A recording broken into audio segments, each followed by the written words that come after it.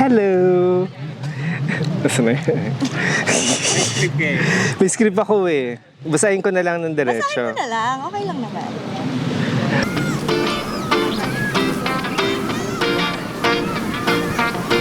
Welcome to I'm a Filipino Creative, the podcast that dives deep into the journey of Filipino creatives making waves in Dubai. I'm RC, and in this show, we sit down with inspiring creatives from designers to filmmakers, stylists to artists to uncover their stories, struggles, and successes. Our goal is to motivate and empower and uplift the image of Filipino creatives, proving that we have what it takes to thrive on the global stage. Let me introduce Kim. So Kim, first question, how would you like to be known or introduced dito sa Dubai?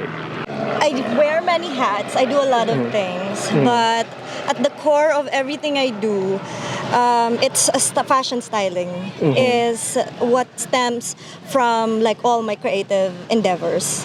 So I would say that I'm a stylist. Stylist.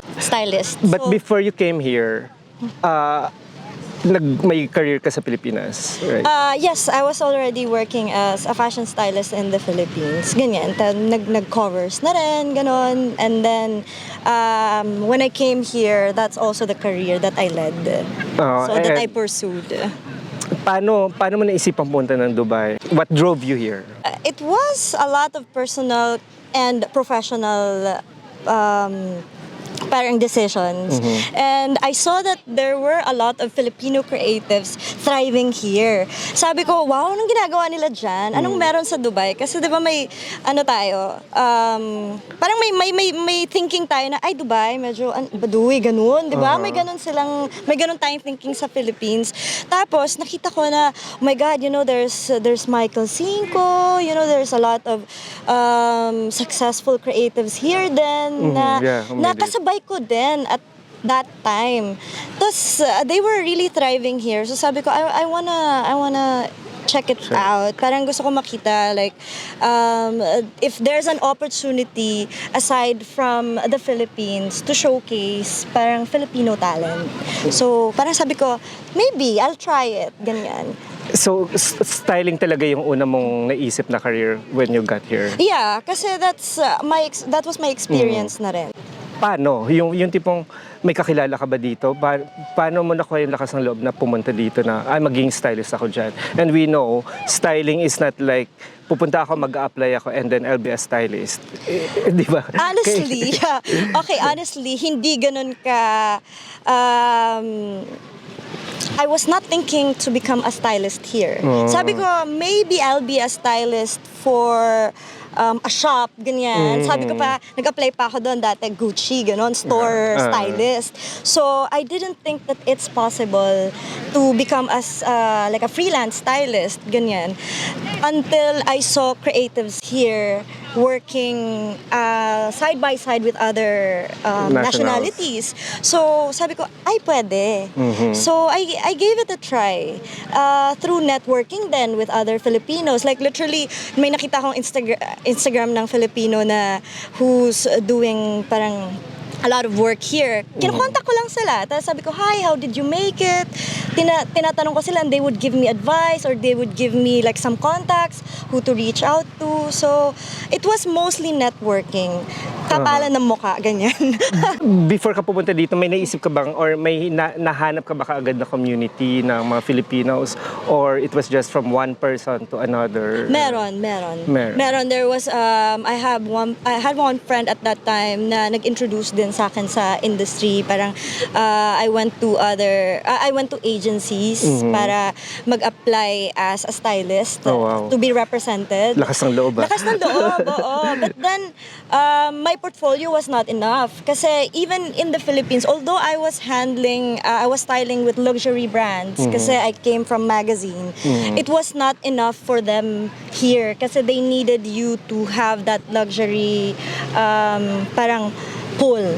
So, I was rejected. Na-reject ako ng mga agencies to be represented. But that didn't stop me from building my portfolio. Parang doon ko na ay, okay, so kailangan yung portfolio mo dito. at par sa mga other Kung anong stylists ginagawa na nandito. nila. Oo. So, yun, parang tinuloy ko lang mag-build din dito ng portfolio. That's what I noticed then when I first got here. Of course, when I first got here, ang kilala ko lang is ikaw sa creative scene. It was through you that I got the first taste of what Dubai fashion is, Dubai creative industry is. And yun nga, I learned na yung baon mo na portfolio, kahit gaano pa kalalim yung experience mo, it's not really enough. Merong kailangang hinahanap nila na gaano ka katagal. It's like you have to serve time here for them to feel like you've understood the country or the taste. Yeah. So they want you to understand the market kasi iba rin like this market is sensitive, alam na natin yun. So you have to know yung mga nuances ng industry, lalo na kunwari sa styling kasi they have the Arab culture. The Arab culture, maraming rules na kailangan mong malaman that you would only gain from your experience here. So time talaga. How long did it take you to get that, to build that portfolio or to understand the ganaps? It took me at least a year of working for someone else. So, ako kasi parang I love the Miranda Priestley figures. So for me, like, I'll find... So, like, I'll find the scariest, intimidating person in the industry to learn from. I love that. So, parang ako... I'm not scared to go like to the top to ask them like I want to learn. I was young at that time, so like I had a lot of time to gain experience. Tapos doon ko unang na feel yung like the real industry in an international stage. Kasi we were styling for Vogue, ganyan. Oh wow. So agad-agad? Oo, kasi although I was not paid at all. Talagang alam mo yun, but I tried to gain valuable knowledge first bago ko inayos yung sustainability. Kasi like so for 1 year I was struggling a lot, but I was learning a lot. So that also got me to meet the who's who, ganyan. Kasi I was styling for this person. Yeah. So, at least around 1 year of mabilis assisting. din yun Mabilis yun, yeah. And to think, if may impression tayo kasi sa Pilipinas, so wow, Vogue, success ka kapag pag nakapag-Vogue ka. Pero yun nga, seeing hindi tayo magkakilala pa noon, pero I've heard about you, may common friends tayo, so nakikita ko yung galawan mo na, oo nga, ang bilis, parang kung ibang tao yon na may mahina-hina ang loob, ang dami niya pa sigurong pagdadaanan to enter the big name magazines.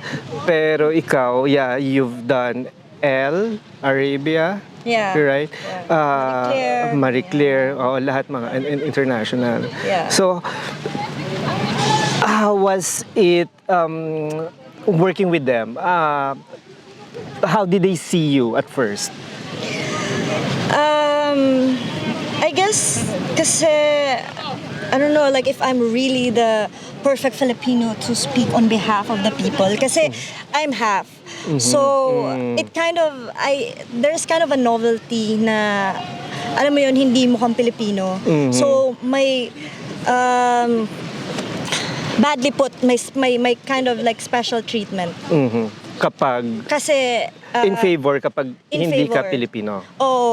So, but it doesn't mean that I had to, like I still had to work twice as hard from others. Kasi, I mean, I looked half, pero I would always say that I'm Filipino. No matter where, kasi that's where I was born and raised. Kaya sabihin ko that I'm Filipino. And when I say that, sometimes I would feel the difference of how they treat me. Makikita mo Makikita mo na parang, okay. May ganon. May oops, parang may ganon. And how do you deal with that? Anong reaction mo at first? And Honestly, like I always say that what should a Filipino look like ba? Like like that thinking. Yeah. What should a Filipino look like? Well, I'm Filipino. I was born and raised. Ganun lang ako. And I never felt that it was a setback Oh, good. for me. I never felt it. Kasi at that time we were young and parang innocent. So hindi ko pa alam yung racism. Mhm. Alam mo 'yon? Oo. Hindi ko pa alam, hindi pa ako familiar until I experienced it here with some other nationalities. But then you carry your sleeve with pride. Yeah. And also sometimes work speaks for itself din naman. Na parang kahit okay, I'm Filipino, so and then ito yung work. What's the worst treatment or reaction from them na nakuha mo when they found out that you're Filipino? No worst treatment naman, but it was Or did you feel like they trust you less on your taste nung nalaman nilang Pilipino, or your capability nung nalaman nilang Pilipino ka, or dead ba lang sila? parang tingin ko dead ma lang sila. Or baka manhid lang ako. Ganon. Kasi hindi ko masyado pinapansin. Like I just do my own thing pag Nagtatrabaho kunwari, ka. like if I'm collaborating with other nationalities, like I just do my thing and I try to do my thing right para wala din silang masabi. Yeah. Oo.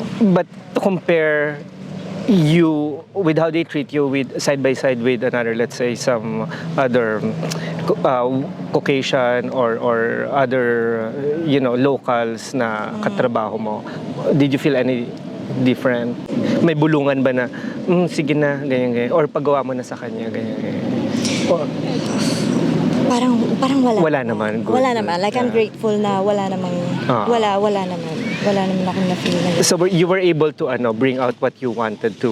Yeah. Halimbawa for a shoot, or this is what I want, blah, blah, blah. Nasabi mo rin naman. Oo, nasabi ko naman. Okay. Oo. Cool. Nice. Wala naman. Let's talk about naman dun sa preparation mo in coming from here. Like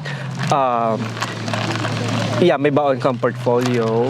Ano pang dapat baunin if we have some viewers na nasa Pilipinas pa and they're thinking of going to Dubai? Anong kailangan nilang bit-bit?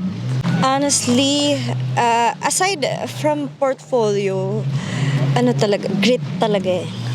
Grit. Baong ka ng grit. It's not gonna be easy. It's not gonna be easy, lalo na at first. Pero meron din akong mga nakita that, it was so easy for them. Nag-fly sila agad. Nag-fly agad yung career nila. Ganun. But for the most part, I feel like kasama ako doon sa mga nahirapan din sa una. Kasi, when you're freelancing, it's up and down eh. Hindi mo, parang, yes, you got this big project one time, and then, hindi mo na alam kung kailan yung susunod. Right. Tapos, of course, here, there's a lot of, parang, maraming requirements to be here. Right. Maraming requirements. So dumating ka here as a freelance agad-agad? Agad-agad. Or Yeah, nagpa-employ ka muna? I came here as a freelancer.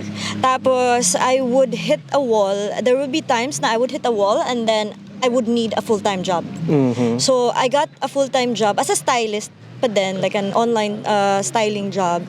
Pero, that didn't work well with me pa rin kasi I was so used to working freelance. So I went back, like parang I was there for a bit lang, tapos I went back to freelancing then. So parang I tried lang how it is to work in corporate and then I went back. Pero yun yung nakakatakot, di ba? Coming to a different country. Tapos mag-freelance ka. We all know that freelance, you can only survive from freelancing if you have the right network, the right connections. Kasi isa pang na-notice ko sa Dubai, this is an industry of word of mouth, referrals talaga. So kung wala kang kakilala sa industry na to, mahirapan ka talaga pumasok. Right, yeah. Right. No, I kasi at that time, I hit the summer. So parang yung first summer ko dito, sabi ko, shucks, like, I was new, tapos walang masyadong freelancing job. So sabi ko, okay, there was an opportunity for me to go full-time. So I took advantage of that. Tapos, pero lumabas din ako, hindi rin ako nagtagal. And from that, actually, I'm grateful for that time kasi I met so many Filipino creatives then in that industry na hanggang ngayon naging close ko pa rin. Kaibigan mo pa rin. Kaibigan ko pa rin. And ano mga opportunities in fashion, let's say, for someone who's in styling field or hair and makeup or photographers, gaano kalawak ang opportunities dito sa Dubai para sa katulad nila? It's an open field for everyone. Maraming opportunities. They just need to marami, like you can go from commercial to editorial. I see a lot of the Filipinos here that goes into editorial, magazine, ganon. They would usually assist muna talaga. Yeah. Parang may hierarchy pa din eh. Yeah. Parang, I commend yung mga nagising tapos biglang, I wanna be a stylist. Alam mo yun? And then they make it. Yeah. Parang, ay, ang galing naman. Kasi ako, I went to the conventional way. Like, I went to fashion school, ganyan. I interned. I became an assistant. So, until I got to work in the magazine.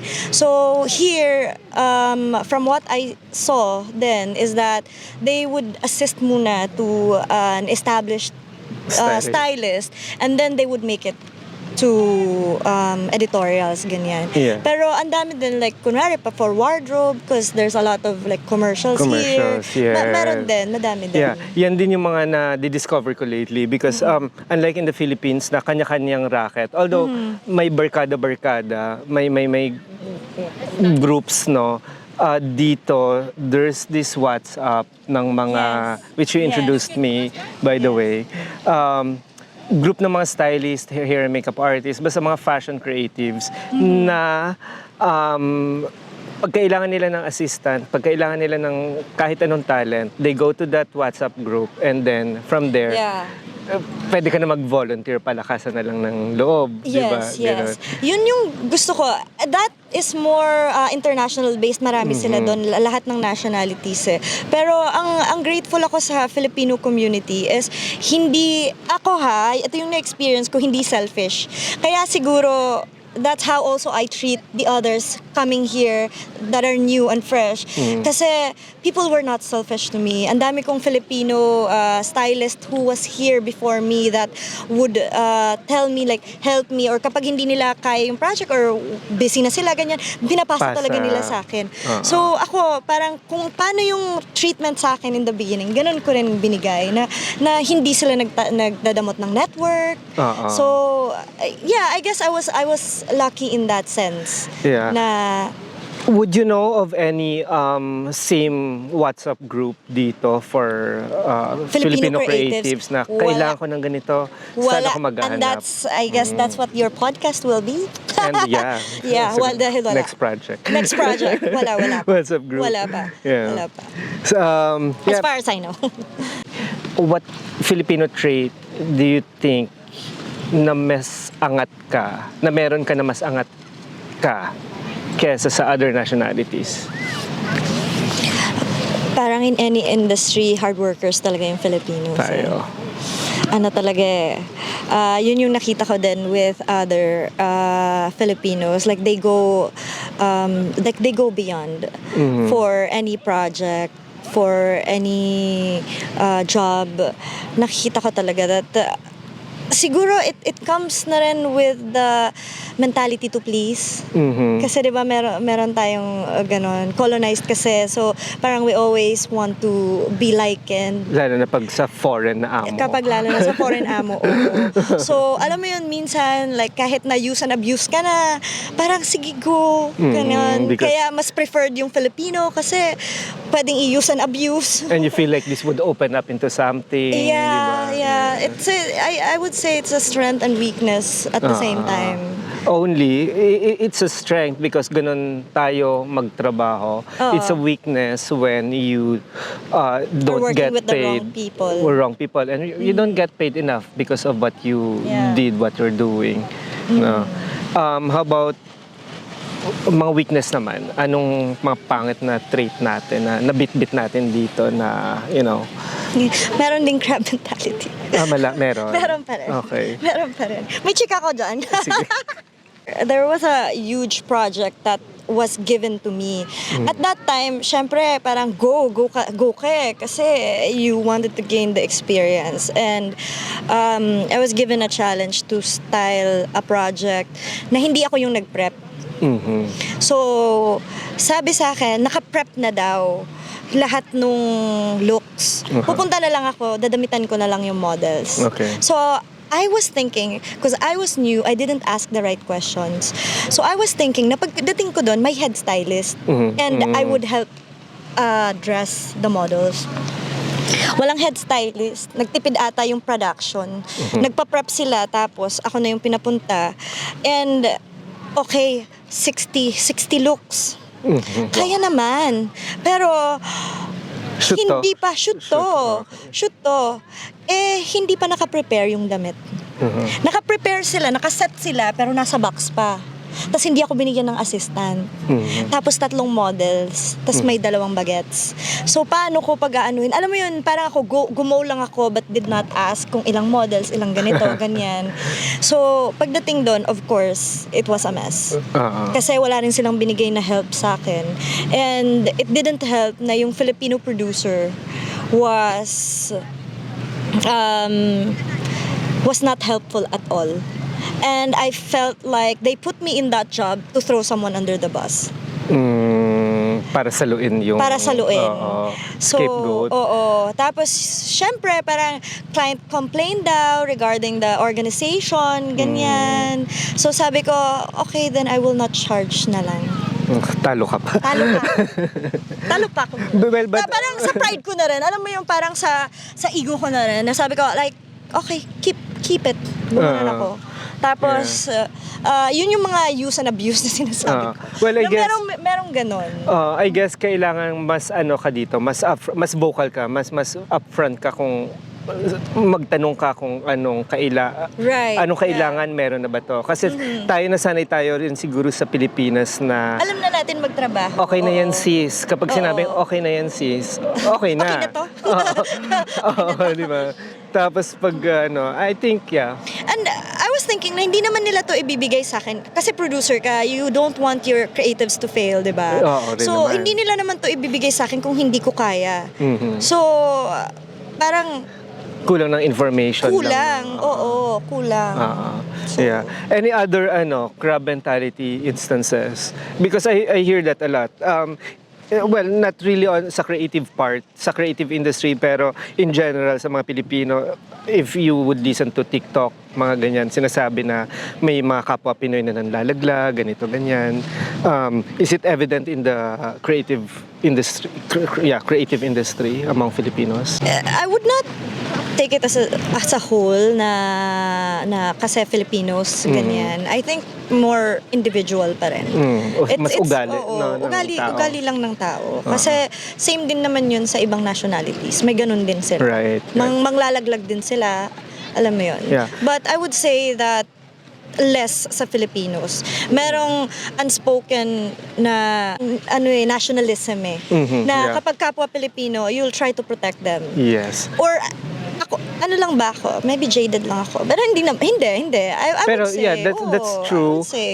So far wala pa rin naman ako nakikita na or na-experience or naririnig amongst creatives dito sa Dubai na may nanlaglag ng kapwa creatives. Hindi. Yeah, it's more on saluan at saka well, it's not cover up really, pero parang yun nga, tama ka doon na they protect our community pa rin, Yeah, which is a they good protect. which is a good attitude siguro, mas constructive as compared sa ibang industry na Kasi mas to move forward, kailangan may apakan like ka. even among strangers, kapag kapwa Pilipino, ano talaga, close talaga eh. May ano agad. May Instant bonding. may instant bonding, oo. Kindatan lang na Pilipino. Yeah. So mamaya pag may kailangan ka, alam mo na kung sino ka, tanungin mo. Right. Kapag, Diba? pag nagko-cover ng event, hanapin mo agad ang mga nasa service ba, Pilipino. Oo, Ganyan. diba? Ate, patubig ka naman. Sige, ganyan. Ate, meron Diba? bang... Ilalagay ka sa VIP. Oo, okay. Dito ka, di ba? Oo. Or did you ever feel that nationality played a role in your success or struggles here? Yes, I would say so. That Instances? it played a role in success, yes, because of our community, which was, like I said, helpful when I was starting out. Mostly in success. Success. Oo. Mas nakatulong, no? Mas nakatulong talaga. Yeah. Mas nakatulong. I love the community. I love how we help out each other. I'm glad na meron tayong ganun. Not just only with work, sa daming aspects in life. At saka dito, parang maganda yung may reko ka. Di ba nga? May referral ka ba? Kailangan ko ng ganito, ganyan. Ay, si ganito, chuchu. True. Oo. Ang problema lang is, ang hirap lang hanapin minsan kung nasaan yung grupong yon. Or kailangan mo ng graphic artist, gusto mo mag-reco, pero nasaan sila? Kailangan mo na may makilala na isa and then from there. Pero yeah, maganda kung meron tayong isang, not really a database, pero parang pool of creative talents na, Right, nandito kaming lahat, Mga if ever. resources. Totoo. Just fish out. Right now, what are you doing and what's keeping you busy? So now, I have a model agency. Wow.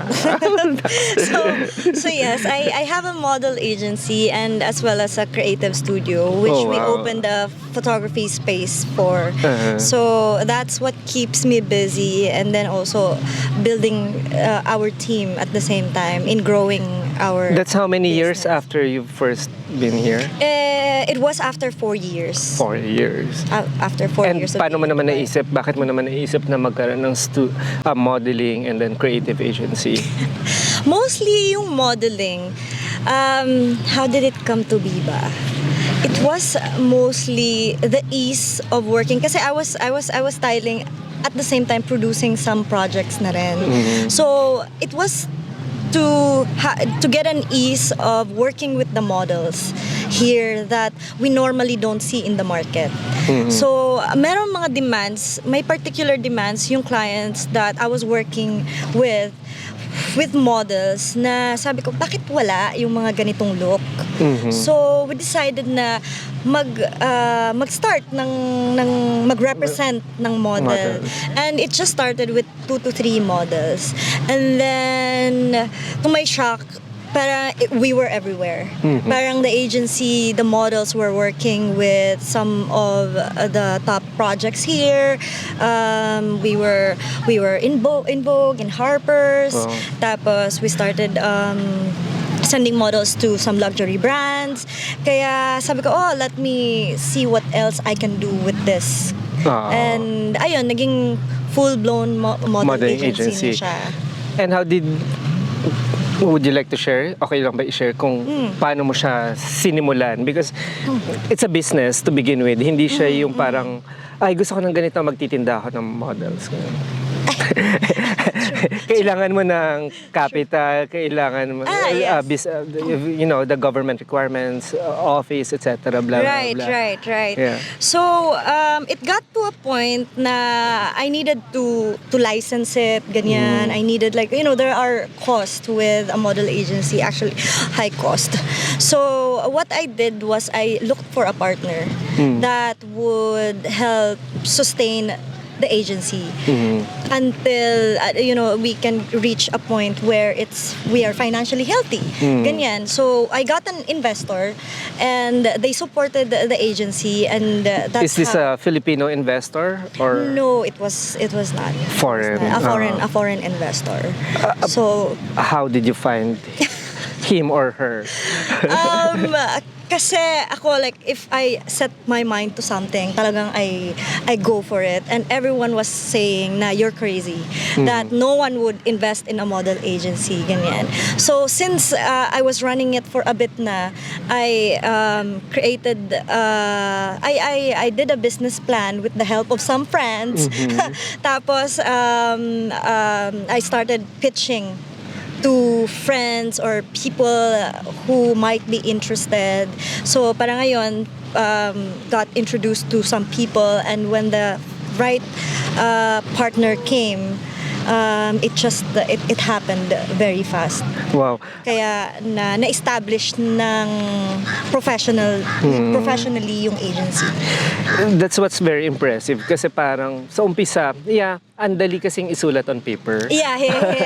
Diba? On I have a theory. business plan. May business plan ako. Latag ko na siya, ganyan. But looking for investors is another story. It Diba? was, Lalo na kung halimbawa, nandito ka talaga sa Dubai na maraming mas magaling, mas matalino, mas driven, mas ganyan. Pero ano yung pwede mo i-share or pwedeng ma-inspire yung tao kung paano mong ginawa talaga yon na paano mo siya talaga nahanap? Okay, so How did you fish that investor dito sa Dubai? Kasi again, Dubai, maraming investors. Maraming negosyante. And paano sila mahahanap? after I polished the business plan, I first identified the profile of my investor. Oh, wow. Sabi ko, Okay. dapat ganito siya. Okay. Alam mo yun, parang, when you're manifesting, you have to be specific Correct. with what you're looking for. So, sabi ko, ganito yung profile ng investor, ganyan. Dapat may mga ganito. And then, I targeted 50 people to talk to.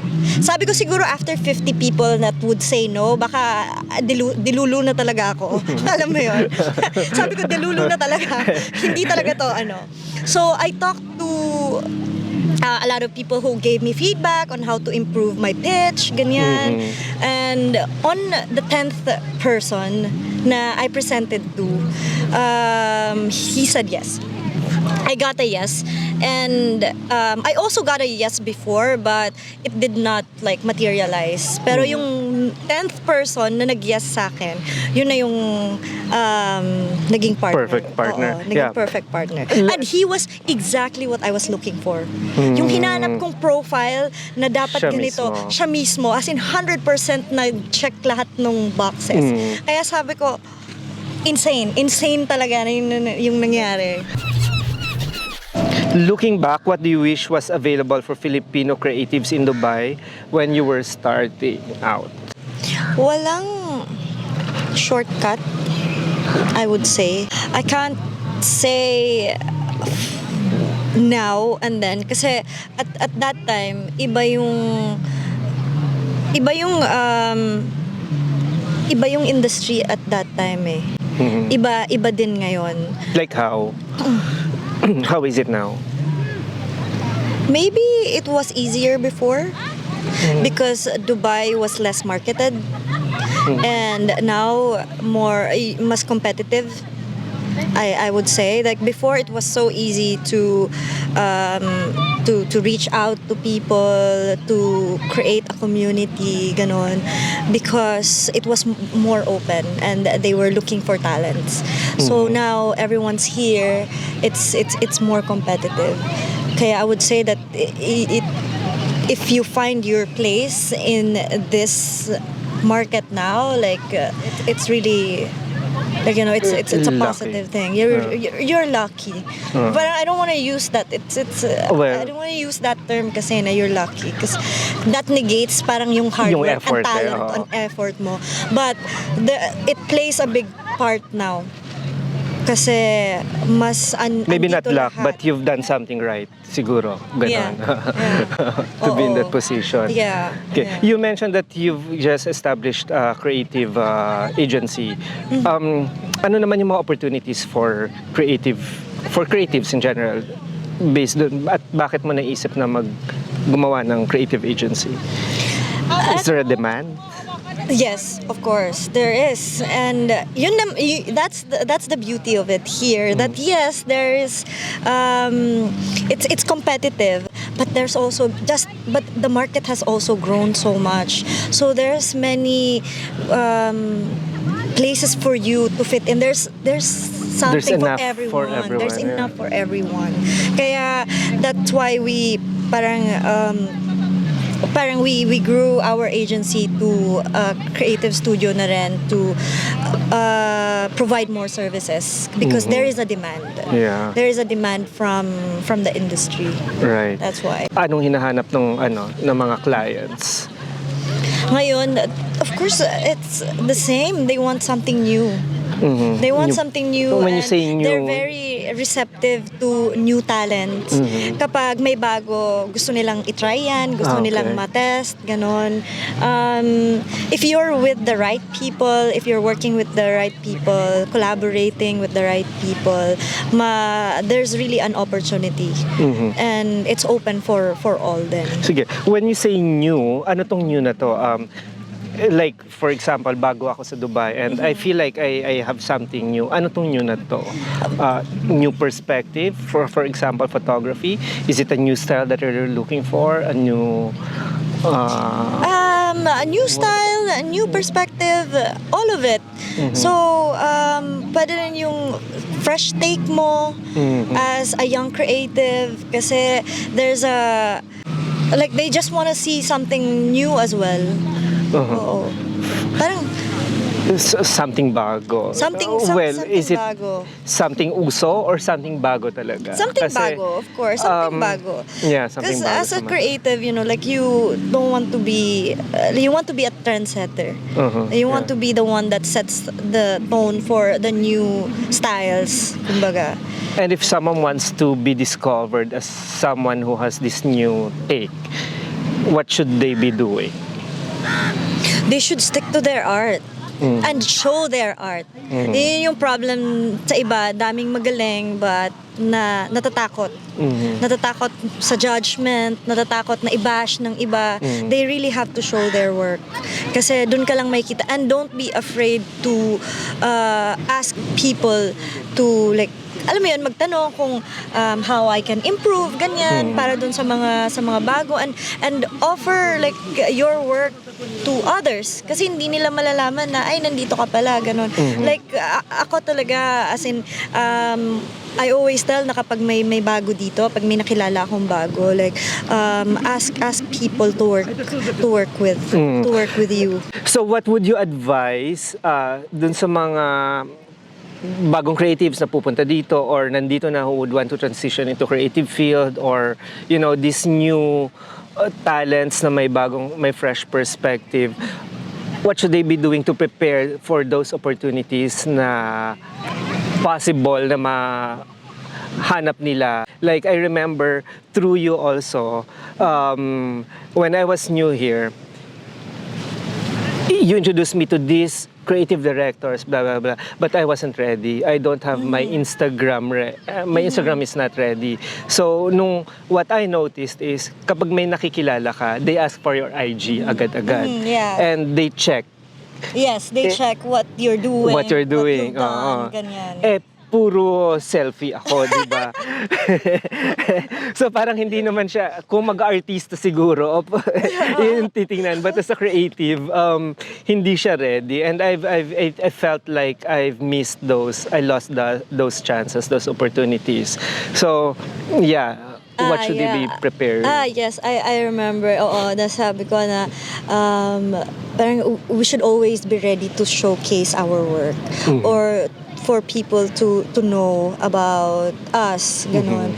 So, like, if, of course, Instagram, it's there, it's for free. If you're starting out, you don't even need a website. Right. But try to showcase your work as much as possible.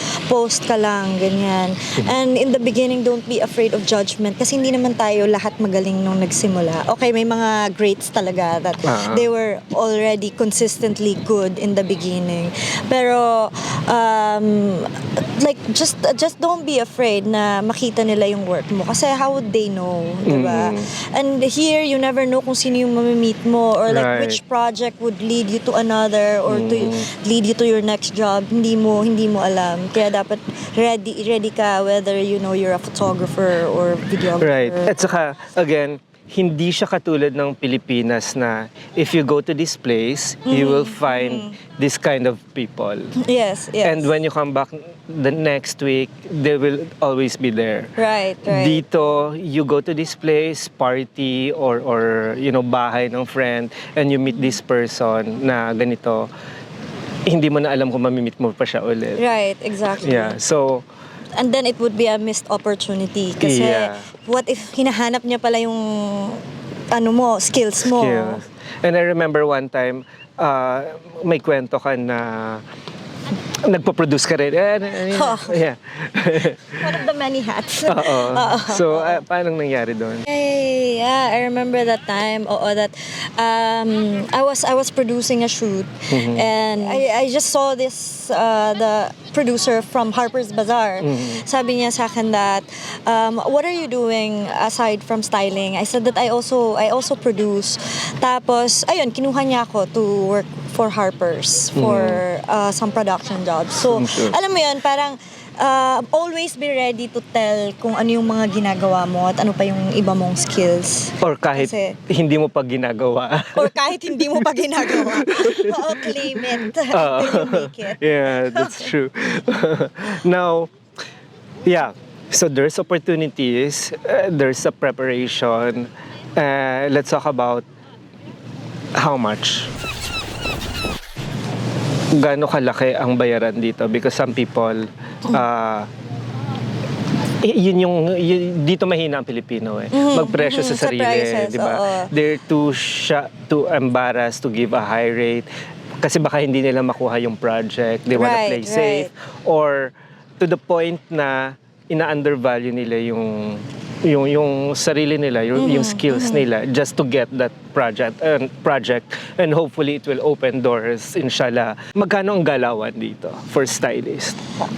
For stylist, like you said, it depends also where you're at sa styling mo in terms of experience as well, in terms of parang seniority. So if you have a bit more experience here sa mga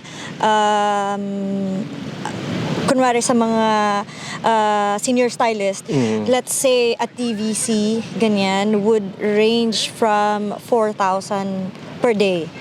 So dito separated, like unlike sa atin, 'di ba, parang per project all in ganyan. So here you cost for prep, you cost for fitting, you cost for the day of the shoot. Tapos if it's a campaign or TVC, normally you have an assistant depending on the number of models, and then you have returns pa. So that's a lot of parang categories for you to add up in terms of your costing. And if you're a new stylist, maybe for e-com around 1,000 to 1,500. We're talking about in dirhams, so kayo na mag-currency exchange. And then like 15,000 per 1,000. Yeah, 15,000 per 1,000. And then for editorials, it's around 1,500 to 2,000. And for mga social media, depends sa kung may budget ba si client. But like around 3,000 to 5,000. So it also depends on your level of experience. And for a beginner, how much kung kunwari beginner ka, first, second, third, fifth time mo sa styling? Sa styling, you can even start up to 2,000, like as a startup for your per day. Parang to go below that would be a crime to the industry. Masyado mo nang binagsak so, yung... like, let's say around 2,000 is parang 30,000 in pesos, ganyan. Samantalang sa Oo. Pilipinas, ano na yun, full Oo. project na yun. Yan din, na-shock din ako niyan dati kasi pagdating ko dito parang when I started getting those projects, parang oh my God, 2,000, ang laki. Parang 30,000 for like a 4-hour job. Yeah. Tapos wala pang prep yun, ganun, nagpakita ka lang sa work. So for me, parang may ang laki nung difference. Wala, parang nagpakita ka lang. But ang pinakamaganda doon, syempre, when you're a head stylist na and you have the entire project, for example, for maybe one TVC with 2 models, sabihin natin. Tapos, 2 models, one look, like 5 looks for each model. Parang you can rate up to like 10K to 15 to Kasama na dun yung purchase ng kasama na yung purchase. Kasama na yung purchase. and even the returns, yung pagsoli, may rate pagsoli. rin yan. No? Oo, may rate din yung pagsoli. Yeah. Yes. So, fashion shows naman, per day can start from 8,000 to 13,000. Oh, wow. So, yun. Wow. Yeah. Bongga, ang maganda dito kasi they pay you per hour. You can charge per hour. At saka bawat kilos mo, Yes. bayad. Bawat kilos bayad. Bayad, no? So, every day that you spend time working on a project, dapat kasama yun sa quotation mo. Yeah. But then again, even if they're paying you that much, or even if we know that they're capable of paying you that much, Yes. ikaw naman din, kailangan mo rin naman ng output. So you have to show Exactly. more than what. Yes, and when you're doing your quotation, syempre account mo rin yung may mga level of exposure, level of brands that you want to work with.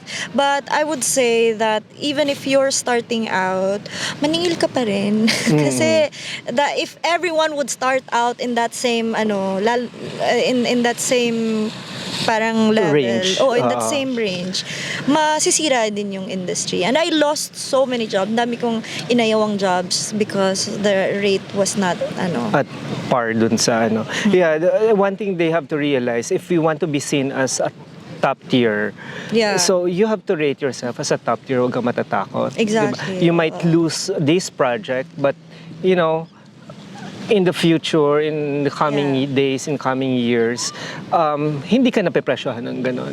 The right project will come to you na may ganong budget. No? Kasi parang sakit ng Pilipino talaga din yan. Well, I don't know, not generalizing though, but many of us, again, sayang kasi. So tatanggapin mo na lang yung mababa. And then it affects not just you, but the perception to the whole creative community. Pero ang hirap din kasi you can't judge din kasi but if they are taking into account na matagal silang walang project, ganyan, and ito yung pumasok. So, it really depends where you are for you to accept a project. Well, my principle when it comes to accepting projects, one, you have to ask yourself if it will give you money. Kapag kikita, go get the project. Of course.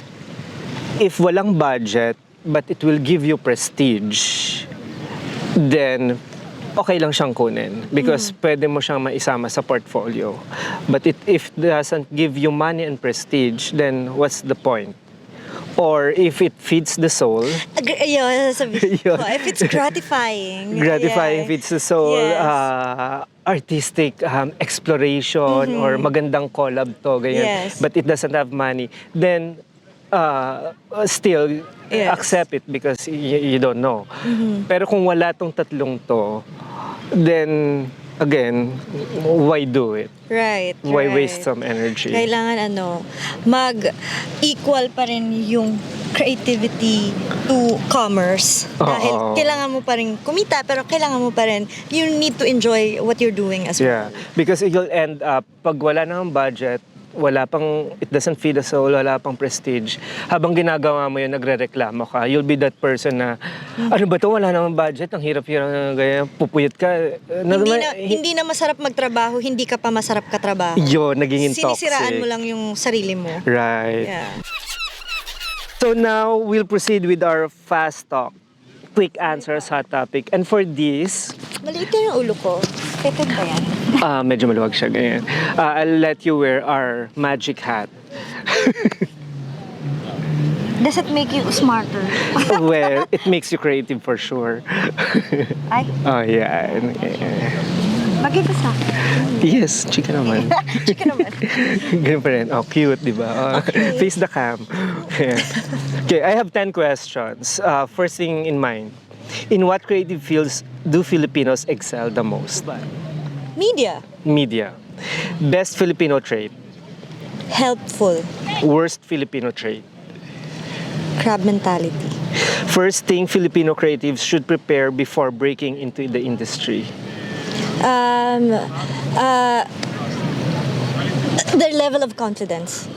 My grand vision is For Filipinos to play equal in the in international stage. Filipino creatives should improve on Their confidence. Filipino creatives should stop doing. Backstabbing other creatives. Do you like being called kabayan? Yes. What's the first thing that comes to mind when non-Filipinos call you kabayan? Pride. Best area to live in Dubai for creatives. Chumera. Comfortable monthly income for a Filipino creative in Dubai. If you're starting out, 8. If you're mid, from 15 to 20. Okay. Complete the sentence. Look at the camera. Filipino creatives are? Inspiring. Right. Okay, now for the final words of advice and inspiration. Advice to Filipino creatives back home who want to move to Dubai. Do it now. Okay. Advice to Filipino creatives starting their careers in Dubai. Good luck. May threat. Ulitin mo yan. Advice to Filipino creatives starting their careers in Dubai. Like, for example, kung bagong dating ako dito, yeah. What would you advise me? Don't give up. Parang pangit, pababae. Well, Okay, sige. What advice? for starters, for startups. You'll make it. Mhm. You'll make it there. Advice to those in corporate jobs who want to transition into the creative industry, because sometimes it's a stepping stone to Okay. get in. Don't sleep. Work on your craft. Mhm. As in, like if you have a full-time job, still do the thing that you love and build your portfolio and yourself. Perfect. Message to all practicing Filipino creatives in Dubai. Let's continue to help each other and be generous with each other. Kasi we come from the same, we have the same experience back home. I mean, same, alam mo yun, Same ng roots. Same roots. pinagdaanan. Well, hindi literally pinagdaanan, pero the same problem back home. Same motherland. Yes. Oo. And we're doing it not just for ourselves, but for the family. Diba? Yes. And eventually, and of course, for the nation. Mas may It's may always pride. for the Mas greater may cause. Oo. Parang ganun. Or tayo lang ba yun? To help with the economy. Oo, may ganong factor, di ba? Hindi lang pansarili, hindi lang yung makapag-shopping, makabili ng Gucci, pero makapagpadala or, contribute sa community. Yeah. So that's it. And that's a wrap for today's episode Yun na yun. of I'm a Filipino Creative. We hope this conversation sparked inspiration and gave you the confidence to take your own creative journey to the next level. So if you love this episode, don't forget to follow Subscribe. and share it with your fellow creatives. Let's continue building a strong Filipino creative community one story at a time. Until next time, keep creating, keep pushing, and remember, you belong in this space. See you in the next episode. Roll credits. Very millennial yung end. Statement.